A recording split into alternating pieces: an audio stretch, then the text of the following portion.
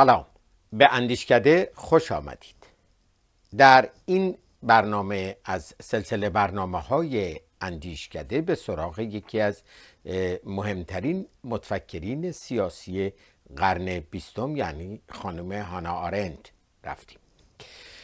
خانم هانا آرنت که در هانوفر آلمان در 1906 متولد شد، در 1975 در نیویورک امریکا فوت کرد. او دانش آموخته فلسفه در آلمان بود. دکتراش رو از دانشگاه هایدلبرگ گرفت و نویسنده کتاب‌های مهمی است مثل درباره انقلاب، با مبانی توتالیتاریانیزم یا حکومت‌های تمامیت گرا، مدرنیته، فلسفه ذهن، سیر تحول ذهن، مبانی خشونت، درباره خشونت و کتاب‌ها و ده‌ها مقاله و نوشته و مصاحبه‌ای که هر کدوم از اونها نشان دهنده یک فیلسوف تمام عیار به خصوص در حوزه تئوری‌های سیاسی است. پاره نوشته‌های خانم آرنت به صورت کلاسیک در آمده، از جمله نوشته‌های او درباره انقلاب یا خشونت و یا مسئله حکومت‌های تمامیت‌گرا. خانم آرنت غیر از مسائلی که در حوزه اندیشه، فلسفه و مبانی نظری مطرح کرده، در زندگی عملی هم آدمی است که به روشنی در سمت آزادی و حقوق انسان‌ها ایستاده، از جمله علی‌رغم اینکه خودش یهودی بود و ناچار از ترک آلمان شد، ولی بر سر محاکمه آیشمن و تشکیل دولت اسرائیل هم مواضع روشنی داشت که جهت اون دفاع از حقوق انسان به ماه و انسان بوده. در این برنامه به سراغ یکی از آخرین مصاحبه های خانم آرنت رفتیم. روژه فرانسوی در طی چندین روز با او مصاحبه کرده و برنامه ای رو برای تلویزیون فرانسه تولید کرده. از 10 ساعت مصاحبه، یک برنامه کمتر از 1 ساعته که خانم آرنت درباره عقاید خودش، آراء خودش و مبانی فکری خودش توضیحات بسیار جالبی رو میده. چون یک صدای فرانسوی روی مصاحبه خانم آرنت گذاشته شده که به زبان انگلیسی بوده، در نتیجه زبان فیلم در واقع بیشتر به فرانسه شنیده میشه، اما زیرنویس فارسی داره که در همین جا از رادیو زمانه تشکر میکنم به دلیل اینکه متن فارسی رو ترجمه از فرانسه رادیو زمانه نخستین بار منتشر کرده و زحمت گذاشتن این زیرنویس ها یه فارسی روی فیلم رو تلویزیون ایران فردا متقبل شده. با همدیگه خانم آرنت رو نگاه میکنیم و امیدوارم که در بخش‌های بعدی اندیشکده هم مصاحبه‌های دیگری از خانم آرنت رو خدمتتون ارائه بکنم.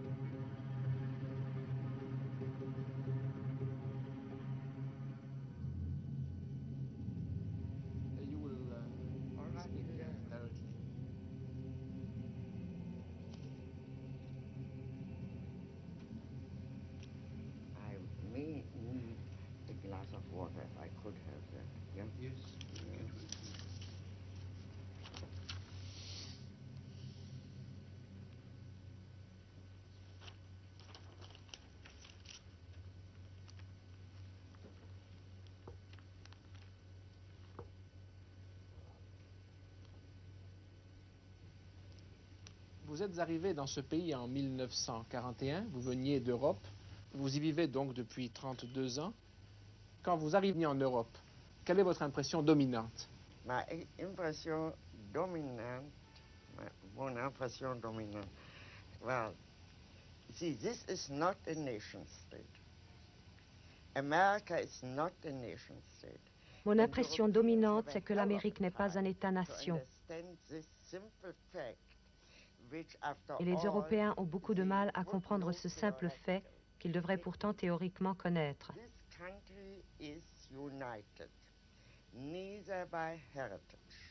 Ce pays n'est uni ni par un héritage, ni par des souvenirs, ni par le sol, ni par la langue, ni par une origine identique.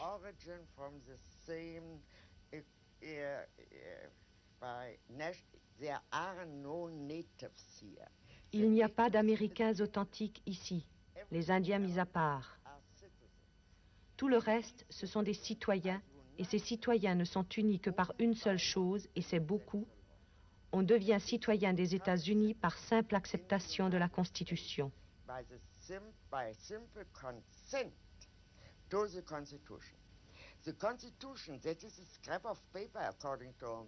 La Constitution, du point de vue français ou allemand, n'est qu'un morceau de papier.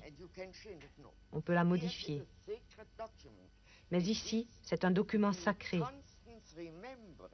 C'est le souvenir constant d'un acte unique et sacré. L'acte de fondation des États-Unis. La fondation a consisté à réunir en un tout des minorités ethniques et des régions entièrement disparates, sans pour autant niveler et faire disparaître ces différences.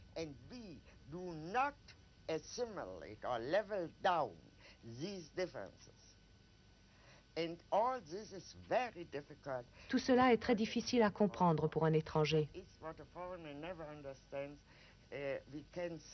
Nous pouvons donc dire que dans ce système politique, c'est la loi qui règne et non pas les hommes.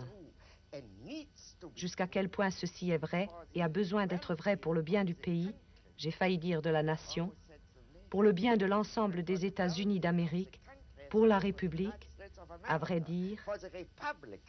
Durant les 10 années qui viennent de s'écouler, l'Amérique a connu une vague de violence politique marquée par l'assassinat du président, de son frère, par la guerre du Vietnam, par l'affaire du Watergate.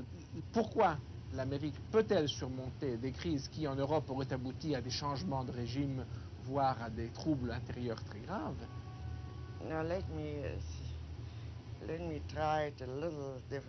Je voudrais poser le problème d'une façon légèrement différente. Je pense en effet que le tournant dans toute cette affaire a été l'assassinat du président. De quelque façon qu'on l'explique, et quoi qu'on sache ou qu'on ne sache pas à ce sujet, il était absolument évident que pour la première fois, depuis très longtemps dans l'histoire américaine, un crime s'était directement mêlé au processus politique et l'avait transformé.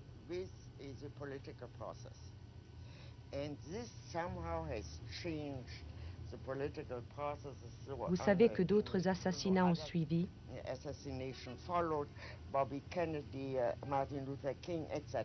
En dernier lieu, l'attentat contre Wallace appartient à cette même catégorie d'actes. L'affaire du Watergate a révélé l'une des plus profondes crises constitutionnelles que l'Amérique ait jamais connues.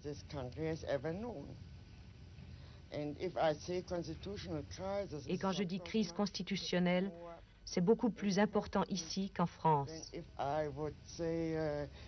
Une crise constitutionnelle en France. Je ne sais pas combien vous avez eu de constitutions depuis la Révolution, mais pour autant que je me souvienne, au moment de la Première Guerre mondiale, vous en aviez eu 14.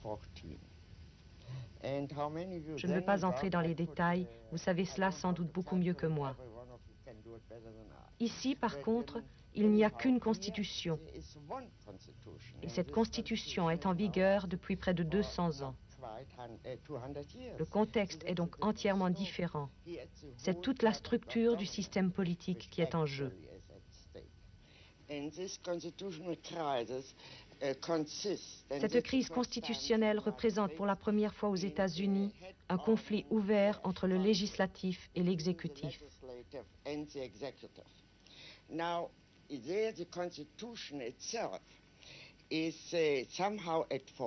Ici, c'est la Constitution elle-même qui est en partie responsable. Les pères fondateurs ne pensaient pas que la tyrannie puisse surgir de l'exécutif, parce qu'ils ne voyaient dans celui-ci rien d'autre que la simple exécution de ce qu'avait décidé le législateur.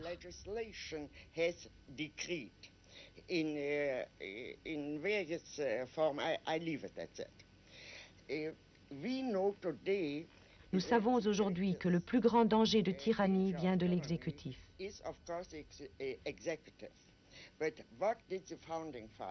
Mais si nous prenons à la lettre l'esprit de la Constitution, que pensaient les pères fondateurs?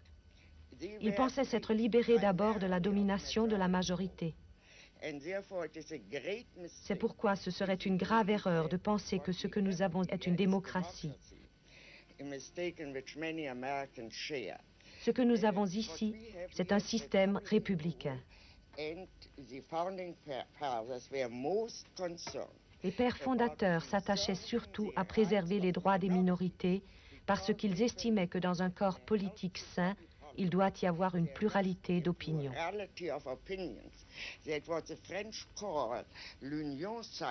Ce que les Français appellent l'union sacrée était précisément pour eux ce dont il ne fallait pas. Ce serait déjà une sorte de tyrannie et le tyran pourrait très bien être une majorité.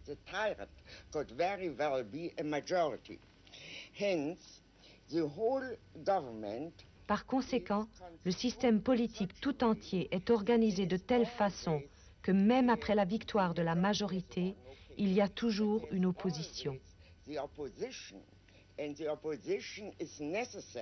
Cette opposition est nécessaire car elle représente les opinions légitimes d'une ou de plusieurs minorités.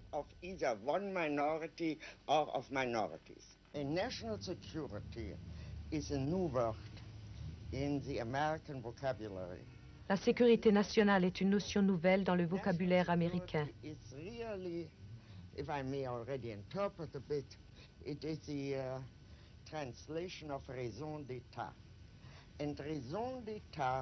Cette notion de raison d'État n'a jamais joué aucun rôle en Amérique.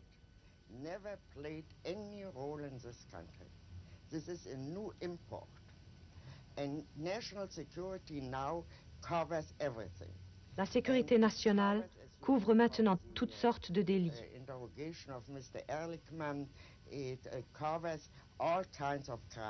Par exemple, le président a tous les droits. Il est au-dessus de la loi.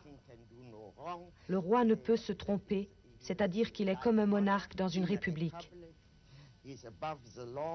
Il est au-dessus de la loi et sa justification est toujours que quoi qu'il fasse, il le fait en vue de la sécurité nationale. En quoi, selon vous, ces applications modernes de la raison d'État, ce que vous appelez l'intrusion de la criminalité dans le domaine politique, est-elle propre à notre temps? Est-ce que ceci est propre à notre époque? This is proper at notre époque. This, I really think so. Just as the stateless business is proper at notre époque and repeats itself again and again under different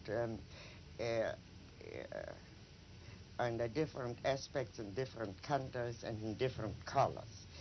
But if we come to these general questions, what is also proper à notre époque?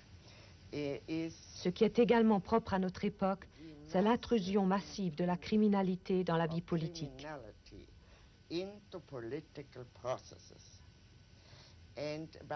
Je veux parler ici de quelque chose qui dépasse de loin ces crimes, que l'on cherche toujours à justifier par la raison d'État, en prétextant que ce sont des exceptions à la règle.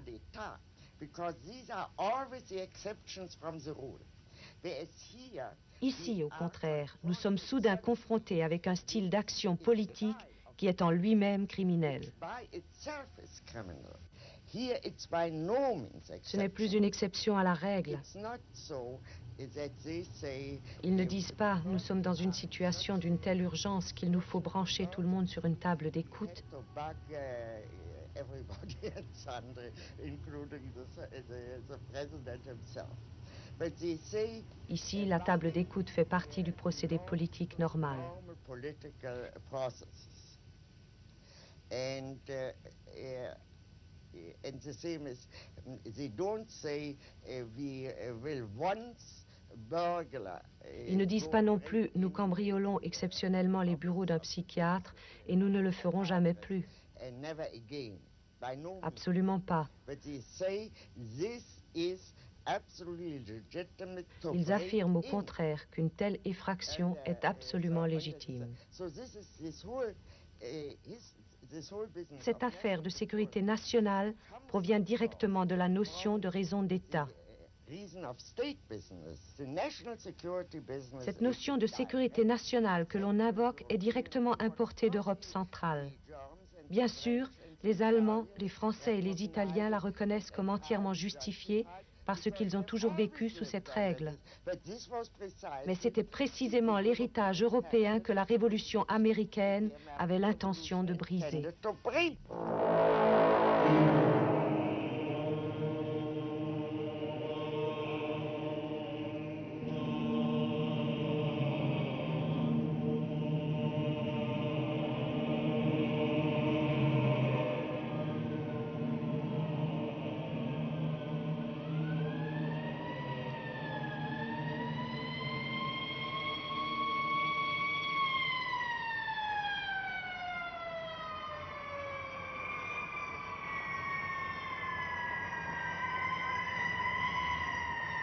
Dans votre essai consacré aux documents du Pentagone, vous décrivez la psychologie de ceux que vous appelez les spécialistes de la solution des problèmes, qui étaient à l'époque les conseillers du gouvernement américain. Et vous dites, les spécialistes de la solution des problèmes ont été définis comme des hommes très sûrs d'eux-mêmes et qui semblent rarement douter de leur aptitude à s'imposer.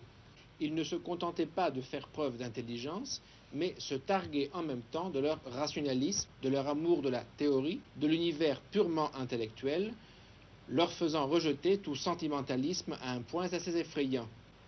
Et vous ajoutez... May I interrupt you here? I think that's enough.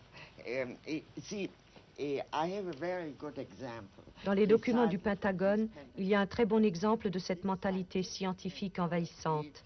Which finally overwhelms all other insights. Vous connaissez la théorie des dominos, qui était la théorie officielle tout au long de la guerre froide de 1950 à 1969.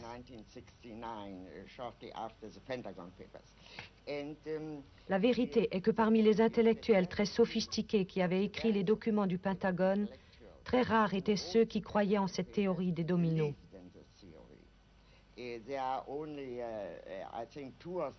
Au plus haut poste du gouvernement, il n'y avait que 2 ou 3 personnes qui y croyaient vraiment.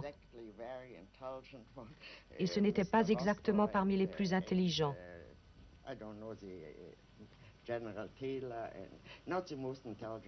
En fait, ils n'y croyaient même pas. Mais toutes leurs actions s'en tenaient à cette théorie. Ils n'agissaient pas par mensonge ou parce qu'ils voulaient se faire bien voir de leurs supérieurs, mais parce que cela leur donnait un cadre dans lequel ils pouvaient travailler.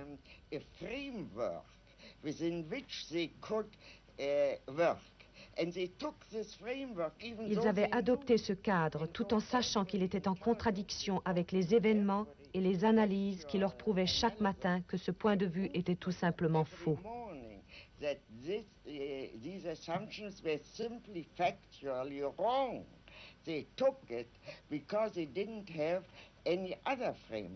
Notre siècle me semble dominé par une persistance de modes de pensée fondés sur le déterminisme historique. Yes, and I think this has very good reasons. This belief in this historical necessity. Il y a de très bonnes raisons à cette croyance en la nécessité historique.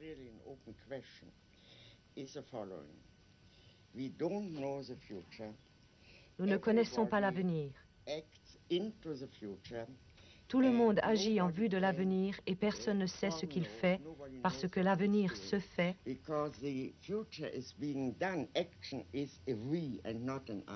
L'action est faite par nous et non pas par moi.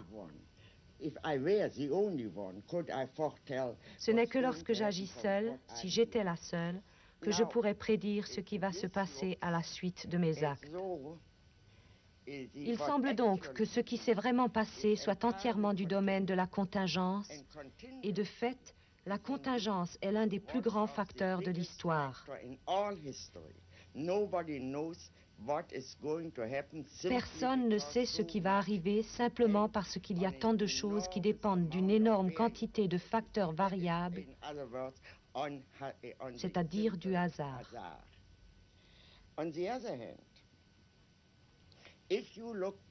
Par contre, si l'on regarde l'histoire, rétrospectivement, on peut dire que l'histoire est logique.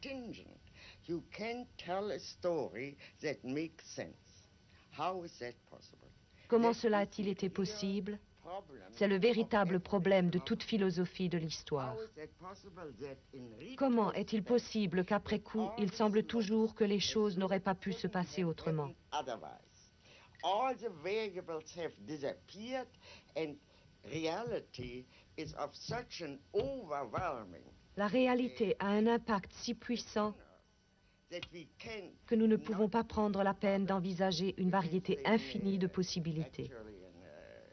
Infinite variety of perhaps possibilities. Mais si nos contemporains conservent leur attachement à des modes de pensée déterministes, malgré les démentis de l'histoire, serait-ce, d'après vous, parce qu'ils ont peur de la liberté? Yeah, sure. Parce qu'ils ont peur de l'imprévu? Rightly so.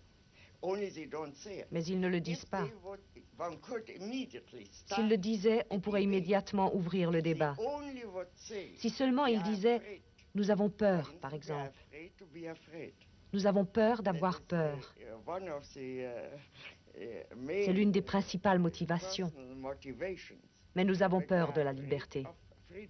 Est-ce que vous imaginez en Europe un ministre, voyant sa politique sur le point d'échouer, commander à une équipe d'experts extérieurs à l'administration une étude dont le but serait de savoir les décisions extérieurs de l'administration? They were taken from everywhere. Oui. And also from, C'est cela, mais également avec des personnes extérieures à l'administration. Est-ce que donc vous imaginez un ministre européen dans la même situation commander une telle étude pour savoir comment cela est arrivé? Of course not. Pourquoi? Because of reason of state. À cause de la raison d'État. You know, he would have felt it. He would have started immediately. Il aurait immédiatement commencé à dissimuler ses erreurs. The McNamara attitude. L'attitude de McNamara était différente. Also what I quoted J'ai cité there, au début de mon essai sur les documents du Pentagone l'un de ses propos. McNamara said it's not Ce n'est very pas un nice. très joli spectacle que de voir la première des superpuissances tuer ou blesser chaque semaine des milliers de non-combattants. This is an American. Comment en sommes-nous arrivés là? This shows you that C'est là une attitude américaine et cela montre que la situation était encore saine parce qu'il y avait encore un McNamara qui voulait en tirer un enseignement. McNamara, who wanted to go to learn from it. Pensez-vous que actuellement les dirigeants américains, placés devant d'autres situations, aient encore l'envie de savoir? No. I don't think that a single one is left. I don't know. No, I take that back. But I don't believe that. I think that McNamara. Je crois, si je ne me trompe, que McNamara était sur la liste des ennemis de Nixon. Je l'ai lu aujourd'hui dans le New York Times. In the New York Times. I think that is true. And this shows you already that Cela vous this montre déjà que whole toute cette attitude n'existe plus dans la vie politique américaine au niveau le plus élevé. out of American politics that is on the highest level. This is no longer they believe Ces gens-là croyaient déjà à l'image qu'il fallait créer de soi. image making. But still Mais en se disant, Pourquoi n'avons-nous pas réussi à nous créer une image? Et on pourrait dire qu'il ne s'agissait que d'images.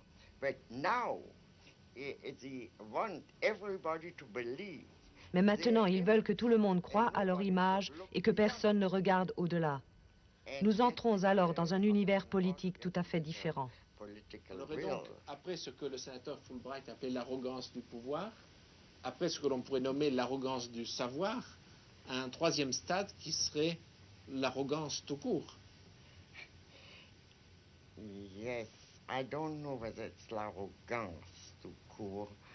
It is really the will to dominate, for heaven's sake. C'est plutôt la volonté de dominer. Jusqu'à présent, cela n'a pas réussi. Je peux encore aujourd'hui m'asseoir à cette table et vous parler librement.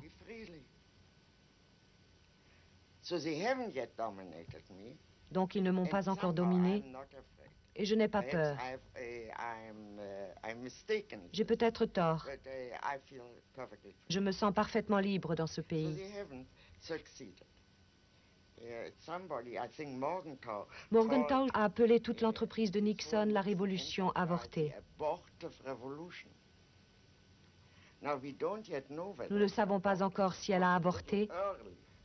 Il a peut-être dit cela de façon prématurée, mais on peut certainement dire une chose, elle n'a pas non plus été couronnée de succès. Mais ce qui menace à notre époque, c'est l'idée que les buts de la politique sont illimités. Le libéralisme, tout de même, repose, je crois, sur l'idée que la politique a des objectifs limités. Est-ce qu'à notre époque, l'arrivée au pouvoir d'hommes, de mouvements qui s'assignent des objectifs illimités n'est pas la plus grande menace pour la liberté? J'espère que je ne vous choquerai pas si je vous dis que je ne suis pas du tout sûre d'être une libérale. Je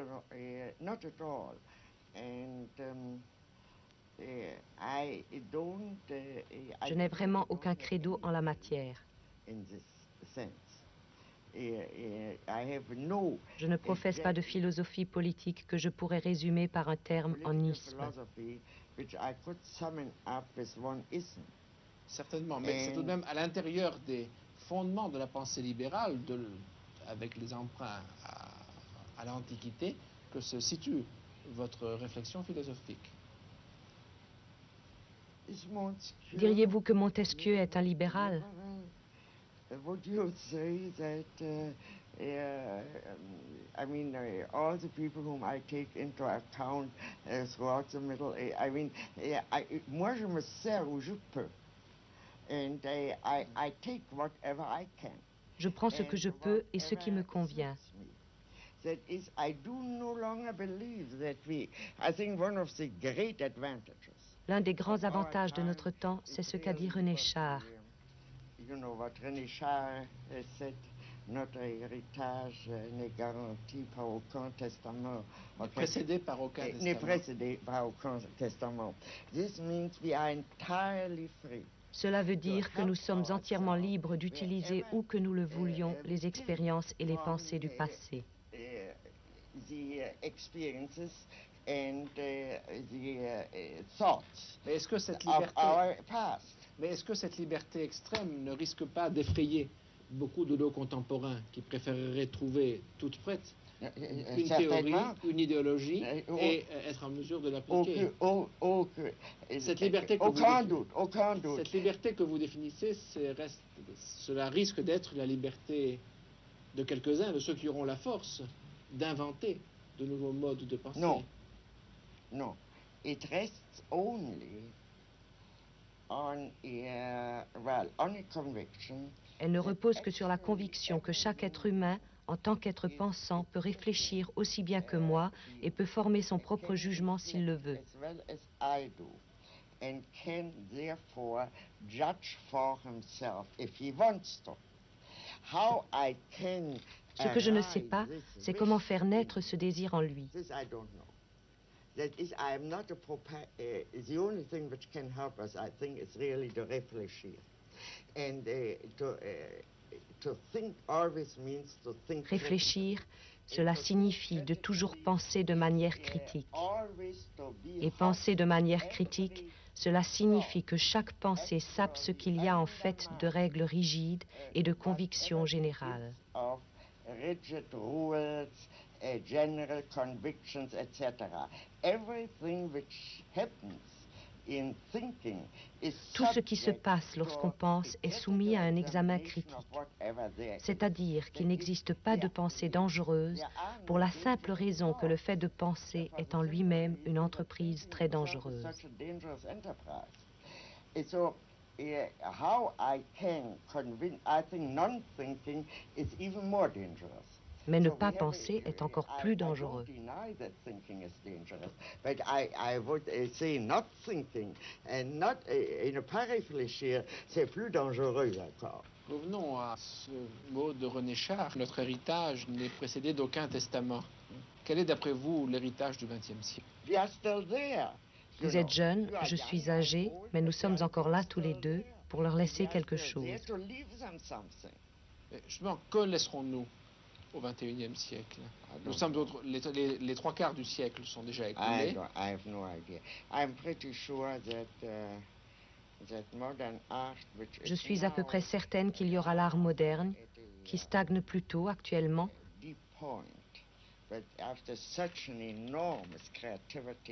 mais après la grande créativité des 40 premières années de ce siècle, notamment en France, il est naturel qu'il se produise un certain épuisement.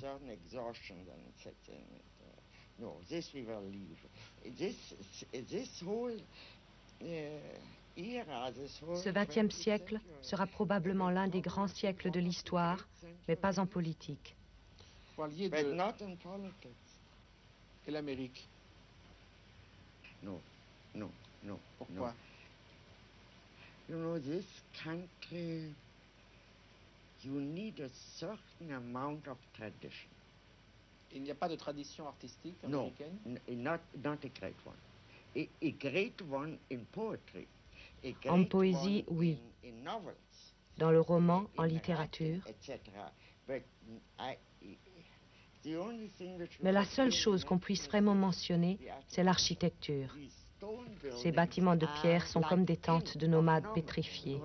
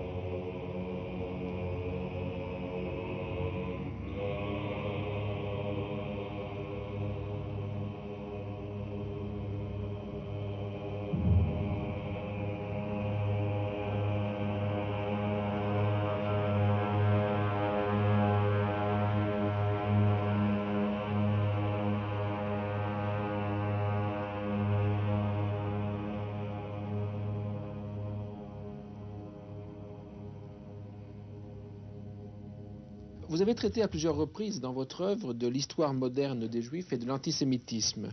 Vous dites à la fin de l'un de vos ouvrages que la naissance du mouvement sioniste à la fin du XIXe siècle a été la seule réponse politique que les Juifs aient jamais trouvée à l'antisémitisme. En quoi l'existence d'Israël a changé le contexte politique et psychologique dans lequel vivent les Juifs dans le monde? Oh, I think it has changed everything. The Jewish people, Je crois que cela a tout changé. Aujourd'hui, le peuple juif est vraiment uni derrière Israël. Ils sentent qu'ils ont un État, une représentation politique, tout comme les Irlandais, les Anglais ou les Français. Ils ont non seulement une patrie, mais ils ont un État-nation et leur attitude tout entière envers les Arabes dépend pour une grande part d'une identification que les Juifs venant d'Europe centrale ont toujours faite, instinctivement et sans réfléchir. L'État doit être nécessairement un État-nation.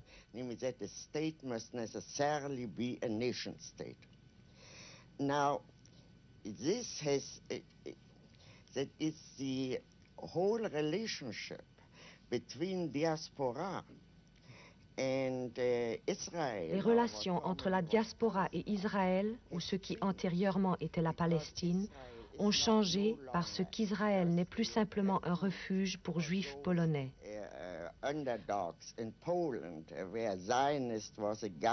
Un sioniste était alors un homme qui essayait d'obtenir de l'argent des Juifs riches pour les pauvres Juifs polonais.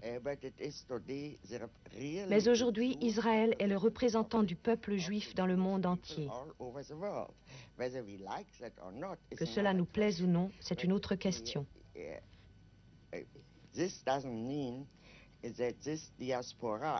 Cela ne signifie pas que le judaïsme de la diaspora doit toujours être du même avis que le gouvernement israélien. Ce n'est pas une question de gouvernement, c'est une question d'État. Tant que cet État existera, il sera évidemment ce qui nous représente aux yeux du monde.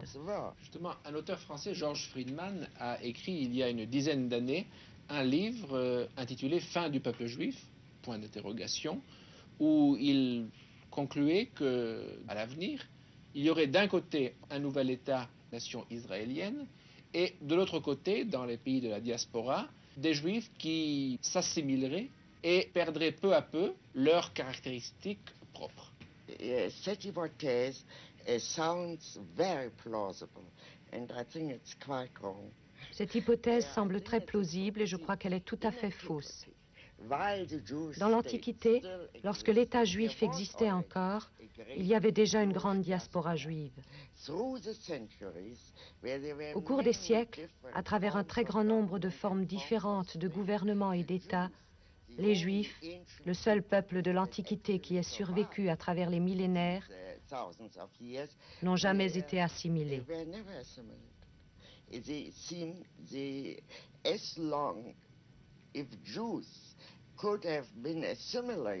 les Juifs avaient pu être assimilés, il y a longtemps qu'ils l'auraient été. Il y a eu une occasion pendant la période espagnole, il y en a eu une autre pendant la période romaine, puis évidemment au XVIIIe et au XIXe siècle. Un peuple, une collectivité ne se suicide pas. Monsieur Friedman se trompe parce qu'il ne comprend pas que le sentiment des intellectuels qui peuvent changer en effet de nationalité et absorber une autre culture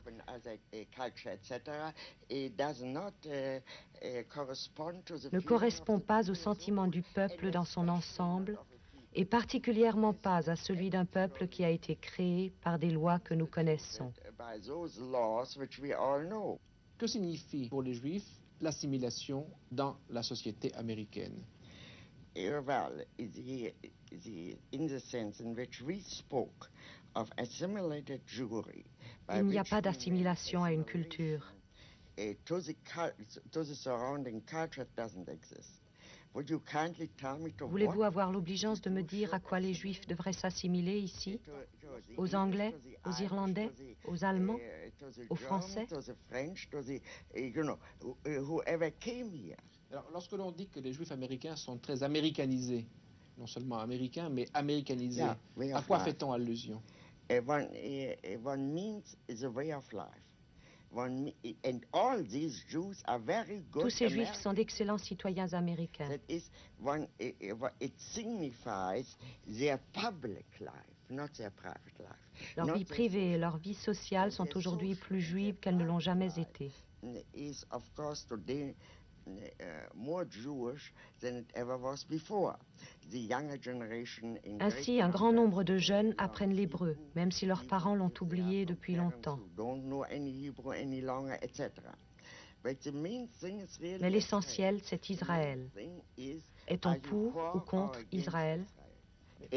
Prenez par exemple les Juifs allemands de ma propre génération qui ont émigré aux États-Unis. En très peu de temps, ils sont devenus des Juifs très nationalistes, beaucoup plus nationalistes que je ne l'ai jamais été, en dépit du fait que j'étais, moi, sioniste et qu'ils ne l'étaient pas. Je n'ai jamais dit « je suis allemande », j'ai toujours dit « je suis juive ». Mais maintenant, à quoi s'assimilent-ils? À la communauté juive. Puisqu'ils étaient habitués à l'assimilation, ils se sont assimilés à la communauté juive d'Amérique. Avec la ferveur de nouveaux convertis, ils sont devenus ultranationalistes et pro-israéliens. À travers l'histoire, ce qui a assuré la survie du peuple juif, cela a été essentiellement un lien de nature religieuse. Nous sommes à une époque où l'ensemble des religions connaissent une crise et où le lien religieux tend à s'affaiblir. Dans ces conditions, qu'est-ce qui, à l'époque contemporaine, fait l'unité du peuple juif à travers le monde?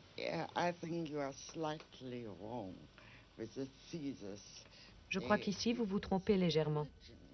Lorsque vous dites religion, vous pensez évidemment à la religion chrétienne qui est un credo, une croyance, une foi.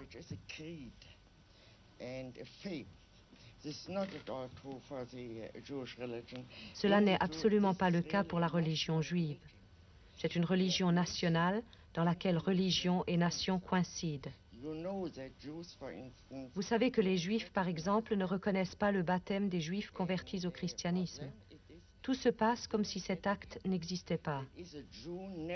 D'après la loi juive, un Juif reste toujours Juif. So long as somebody is born by a Jewish mother, la recherche de la paternité interdite, he is a Jew. Une personne née de mère juive est juive. La notion de religion est complètement différente. Il s'agit beaucoup plus d'un mode de vie que d'une religion dans le sens particulier et spécifique de la religion chrétienne. Of the Christian religion. I remember, for instance, I had a Jewish instruction. J'ai eu une éducation juive et je me souviens lorsque j'avais environ 14 ans, je me suis révoltée contre notre professeur et j'ai voulu le choquer. Je me suis levée et j'ai dit « Je ne crois pas en Dieu ». Il m'a alors répondu « Personne ne vous le demande ».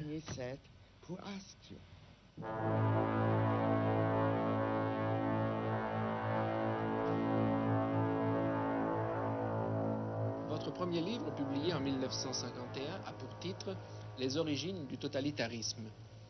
Dans ce livre, vous avez voulu non seulement décrire un phénomène, mais aussi l'expliquer. D'où cette question, qu'est-ce pour vous que le totalitarisme? Oui, enfin, let me start with making certain distinctions. Je voudrais commencer par faire certaines distinctions sur lesquelles tout le monde n'est pas d'accord. Tout d'abord, une dictature totalitaire n'est ni une simple dictature, ni une simple tyrannie.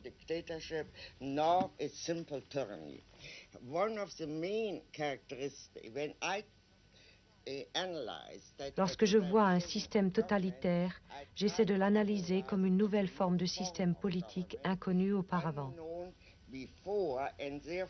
Pour cela, j'essaie d'énumérer ses caractéristiques principales.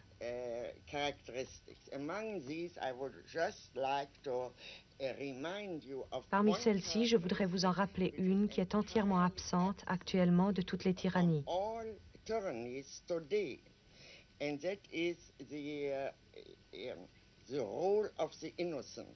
Il s'agit du rôle des innocents, des victimes innocentes. Sous Staline, il n'était pas nécessaire de faire quoi que ce soit pour être déporté ou pour être exécuté.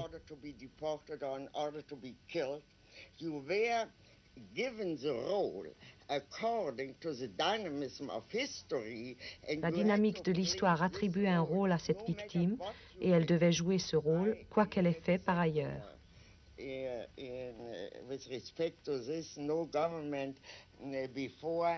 Auparavant, aucun gouvernement n'a tué des gens pour avoir dit oui.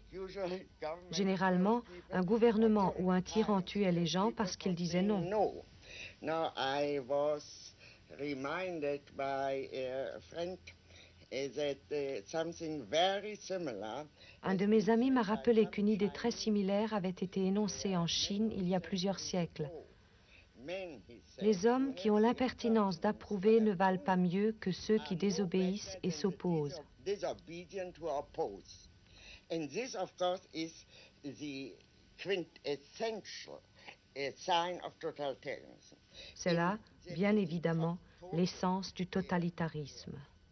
Le fait qu'il y ait une totale domination de l'homme par l'homme. Now, in this sense, there is no totalitarianism today. En ce sens, il n'y a pas aujourd'hui de totalitarisme, même en Russie, où règne pourtant la pire des tyrannies que nous ayons jamais connues. Il faut faire quelque chose pour qu'on vous envoie en exil ou dans un camp de travail ou dans un asile psychiatrique. Or into a psychiatric ward of hospital. Now, let's for a moment see what tyranny is, because after all, totalitarianism. Les régimes totalitaires sont toujours nés lorsque la majorité des pays européens étaient déjà soumis à une dictature. Of European governments were already under dictatorships. Dictatorships, if we take them in the original sense. La dictature, dans le sens original du concept et du mot, n'est pas une tyrannie, c'est une suspension temporaire des lois en cas d'urgence, généralement pendant une guerre ou une guerre civile. Usually during a war or a civil war or such. But anyhow, the dictatorship. La dictature est limitée dans le temps, la tyrannie ne l'est pas. And these, I think, really are important enough to pay attention to. When I wrote my Eichmann Jerusalem, Lorsque j'ai écrit mon livre sur Eichmann à Jérusalem, l'un de mes principaux objectifs était de détruire la légende de la grandeur du mal, de la force démoniaque. Of the greatness of evil, of the demonic force, to take away from people. De retirer aux gens l'admiration qu'ils ont pour les grands malfaiteurs comme Richard III.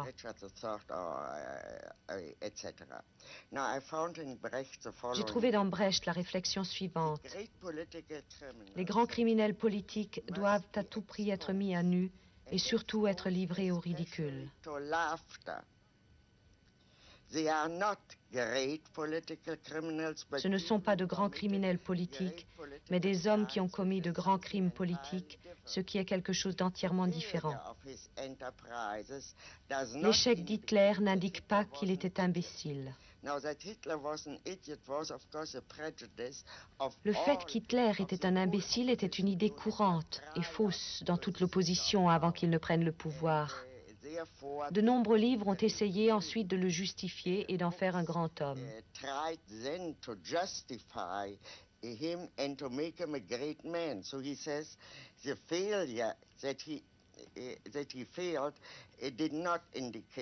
Le fait qu'il ait échoué n'indique pas qu'Hitler était un imbécile et l'envergure de ses entreprises n'en fait pas un grand homme.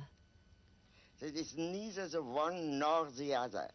n'est ni l'un ni l'autre, c'est-à-dire que toute cette notion de grandeur n'a pas d'application. Si les classes dirigeantes, dit Brecht, permettent à un petit escroc de devenir un grand escroc, il n'a pas droit à une position privilégiée dans l'histoire. C'est-à-dire que le fait qu'il devienne un grand escroc et que ce qu'il fait a des conséquences graves ne le grandit pas. Puis il dit, sur un plan général et de façon abrupte, on peut dire que la tragédie traite des souffrances de l'humanité d'une façon moins sérieuse que la comédie.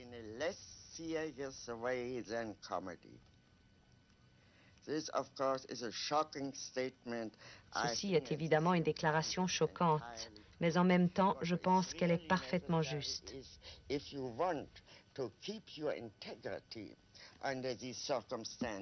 Si l'on veut garder son intégrité en de telles circonstances, on ne peut le faire que si l'on se souvient, quoi qu'il fasse, et même s'il a tué 10 millions de personnes, ce n'est qu'un clown. Lorsque vous avez publié votre livre sur le procès Eichmann, Cet ouvrage a provoqué des réactions très violentes. Pourquoi cette réaction? Well, as I said before, this controversy was partly caused. Cette controverse était due en partie au fait que j'avais attaqué la bureaucratie. Si l'on attaque une bureaucratie, il faut s'attendre à ce qu'elle se défende, qu'elle vous attaque, qu'elle essaie de vous rendre la vie impossible.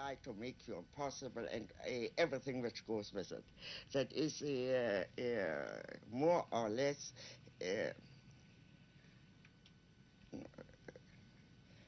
dirty political business. C'est plus ou moins une vilaine affaire politique. Cela, je pouvais le comprendre. Mais supposons qu'il n'ait pas organisé cette campagne. Malgré cela, l'opposition à ce livre aurait été très forte parce que des Juifs ont été offensés, et par là, je veux dire des personnes que je respecte vraiment et que je peux comprendre. Ils étaient surtout offensés par ce que dit Brecht, par le rire.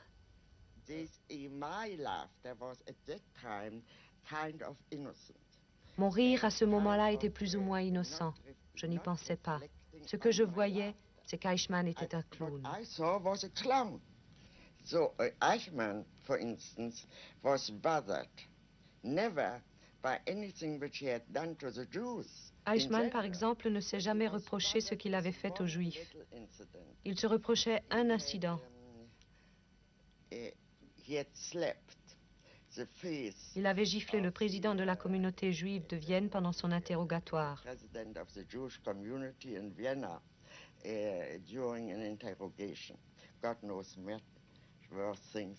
Dieu sait que bien des gens subissaient des traitements pires que celui-là. Pourtant, Eichmann ne se l'est jamais pardonné. Il avait cédé à une impulsion et il pensait que c'était très mal d'avoir perdu son sang-froid.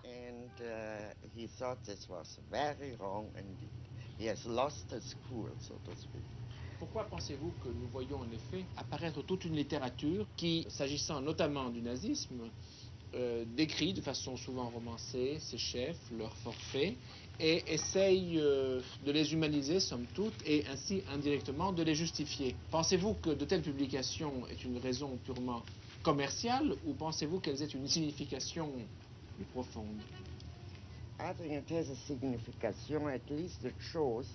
Je pense qu'elles ont une signification. Elles montrent que ce qui s'est passé une fois peut arriver à nouveau.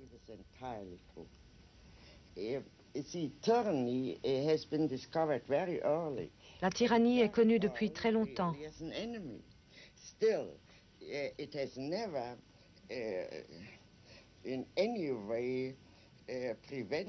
Cela n'a pourtant jamais empêché un tyran de devenir un tyran.